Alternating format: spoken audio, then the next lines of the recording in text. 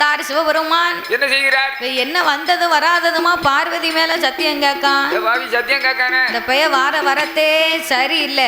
ஆகா, என்ன வார வரத்தே சரியில்லை. பார்வதி மேல சத்தியம் கேட்கானா அப்ப இவன் மேல ஒரு கண்ணாத்தான் நம்ம இருக்கணும். ஆமா, வரும்போது எவ்வளவு பணிவா வந்தான், சின்ன வரமனா. இப்ப சத்தியத்துல வந்து நிக்கானே. பாவி வல்லரக்க என்ன இந்த வல்லரக்கர் ஆச்சுதனாகப்பட்டவன் என்னய்யா என்னன்னு கேட்கணும்ல.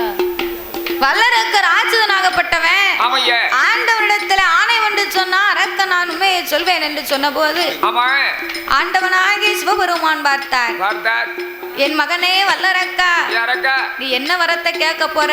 என்ன வரம் கேட்க? மண்ணு மனை கேட்பான், ஒன்னும் பொருள் கேட்பான்.